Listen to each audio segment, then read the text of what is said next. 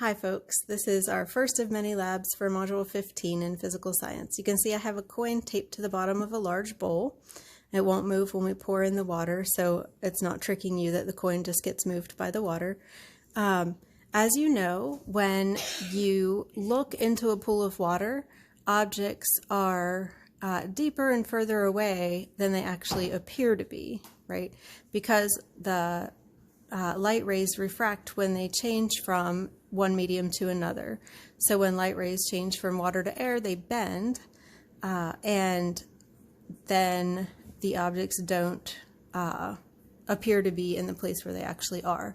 So what I'm going to do is I'm going to move back just so you can't quite see the coin anymore, just barely, right? And now we're going to pour some water into the bowl, and the coin will actually come back into view even if I don't move because of the refraction of light. The light rays will bend enough that it will bring the coin back into view. I'm not moving. You couldn't see the coin when we first began to pour the water. You can go faster until I say I can see the coin. Keep it going. Lots of water.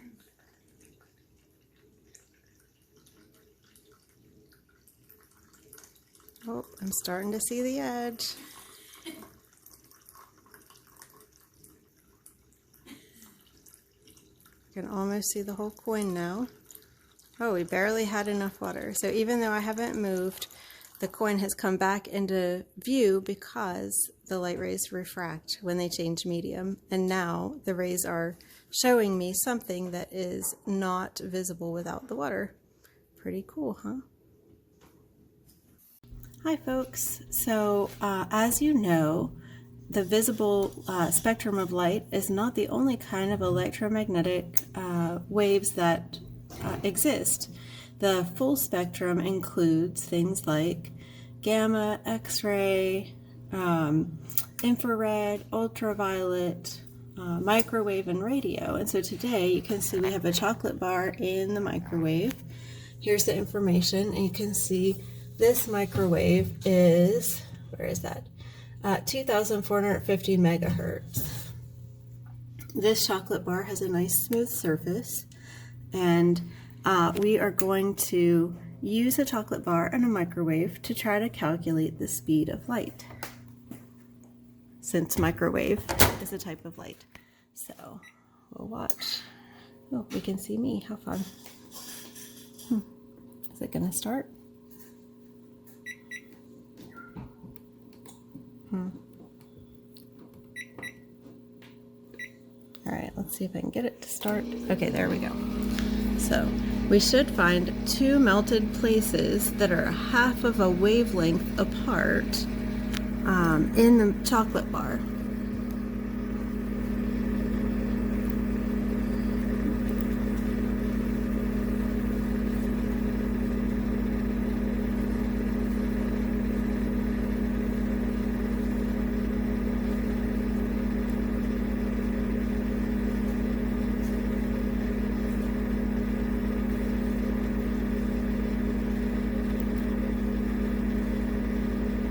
I'm getting one.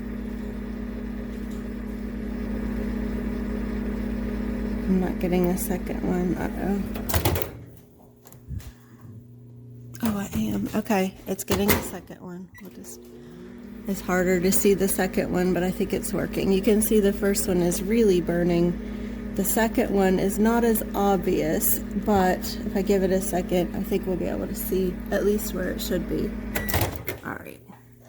Ooh, that's fun. So let's take a look. The plate's a little warm. Hold on. Get a tea towel. I'm not going to be making a cooking show over here. So you can see there's a really burned spot, but there is another indentation right here as well.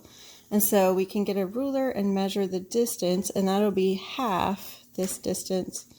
I can't find, okay, this distance between the two melted spots will be half of a wavelength. Okay, so if we look, if I can get it centered, it's about 6 centimeters from the middle of the burned spot to the middle of the melted spot. In fact, it looks like it's exactly 6 centimeters. I know it can be hard to see that the center of that melted spot is indented a tiny bit, but about 6 centimeters. Okay, so you just saw that we had a piece of chocolate that we microwaved in a 2450 megahertz microwave, and it had 2 melted or burnt spots that were 6 centimeters apart. So here's how we're going to figure this calculation. So if this blue thing is the chocolate bar, you can see that the places that would burn that chocolate bar make up half of a wavelength, not a whole wavelength, right? A whole wavelength is one up cycle and one down cycle, right? So that chocolate bar is getting burned at places that mark half a wavelength. So the whole wavelength would be 2 times the 6 centimeters, right? So 12 centimeters. So 2 times the distance between the 2 burn spots gives us a whole wavelength. And so that's going to be 0.12 meters or 12 centimeters. Okay. We also have to convert our megahertz to hertz to be able to do our math. Mega is 10 to the 6, right? So we write our 2,450 and then we add 6 zeros for the 10 to the 6. So we get 2,450,000,000 hertz. And we know that our speed is our frequency times our wavelength.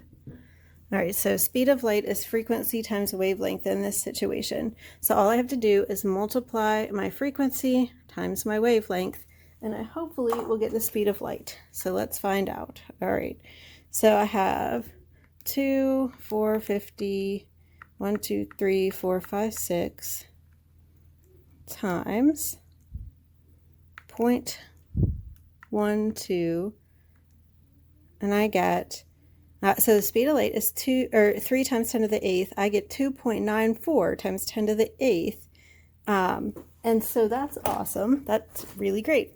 Okay, so in this case, V equals 2.94 times 10 to the 8th. And my unit will be meters per second. And here's how that unit works out, right? Remember that a hertz is a 1 over second, and then a meter here, right? So meter in the numerator and second in the denominator for the unit of that. So we can actually calculate the speed of light using a microwave and a chocolate bar. Pretty awesome, huh? All right, folks, so I have 2 polarizing films here sitting on top of each other, and you can see that they're kind of like sunglasses, right? They filter out about half the light that comes through them. They do that by just taking waves that come in one direction, allowing them to pass through. So if I get them nice and straightened up here, you can see, you can see through about half the light is coming through, whether I use one or both of them at the same time. But this is challenging to do while filming.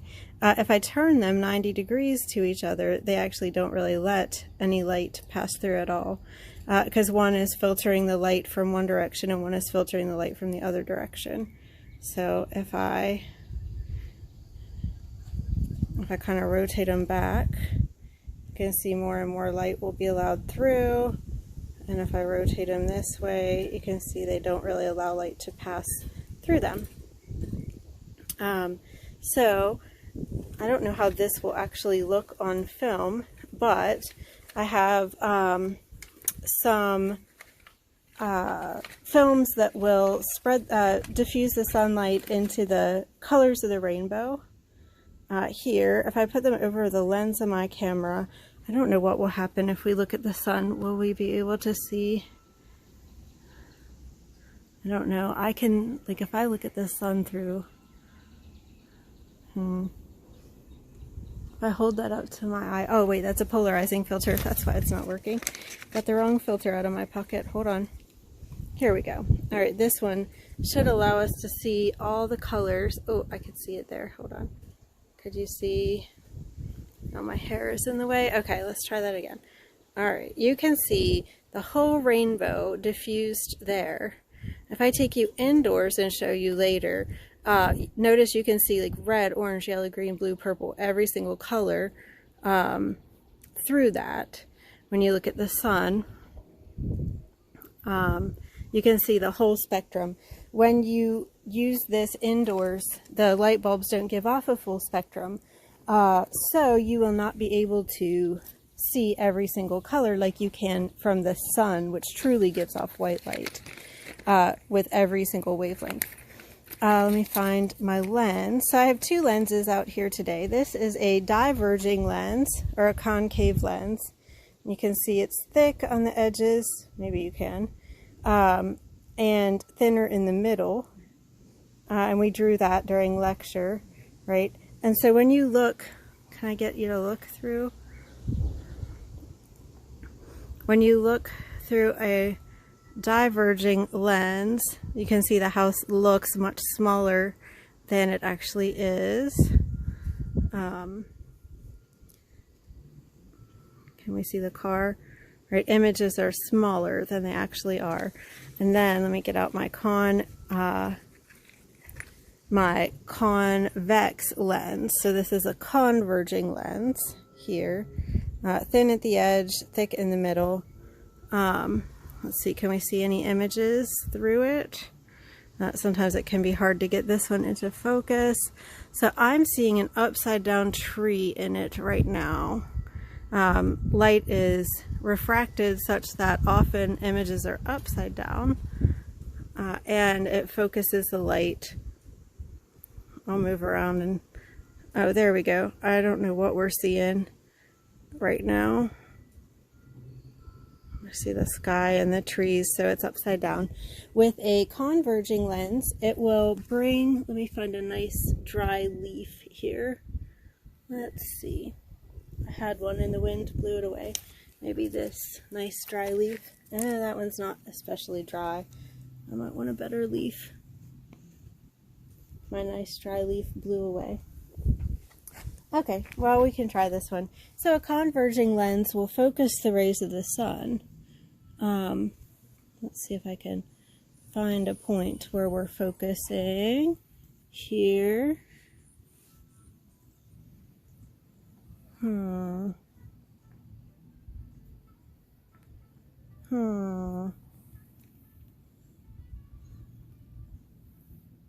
Oh, there we go. You can see an intensely bright dot of light, and if I get that to shine on the leaf for a little while, we can focus the rays of the sun in such a way that we might actually light fire to our leaf if I can hold the camera and the lens steady at the same time.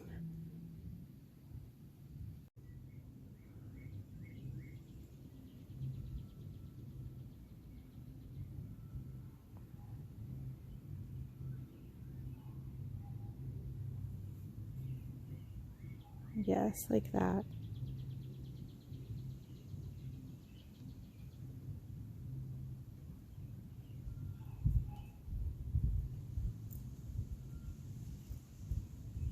Oh, it's starting to smoke, I think. There we go. Oh, the wind moved it just as I had it. Goodness.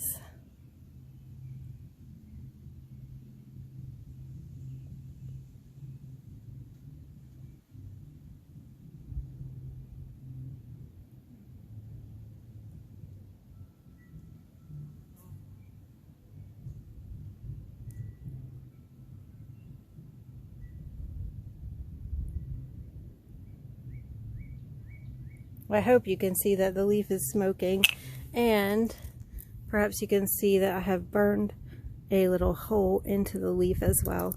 So you can focus with a converging lens like that.